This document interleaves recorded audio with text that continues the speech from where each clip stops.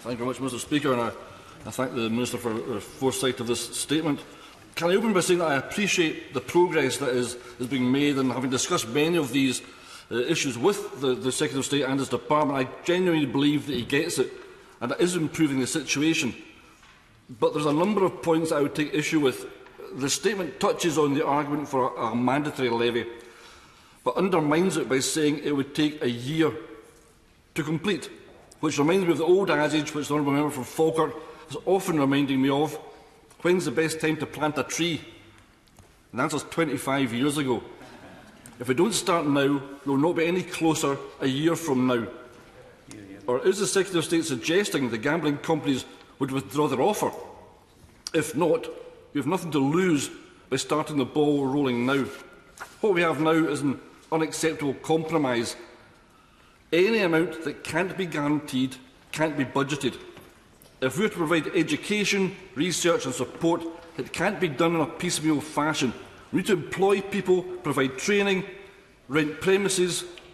We need a strategy that can be followed over a 5, 10, even a 15-year period.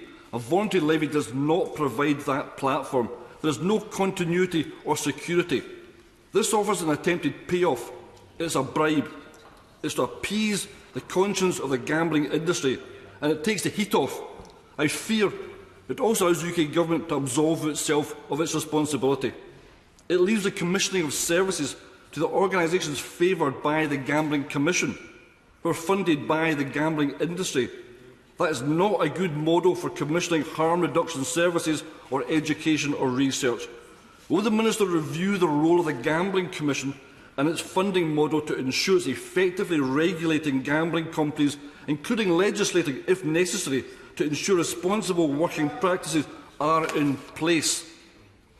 The statement says, "I have met users who have lost more than the UK's annual average salary on credit cards during one night of gambling online." So are we going to address gambling on credit cards? I see no word of that. It mentioned fixed odd betting terms. The maximum stake was set at £2.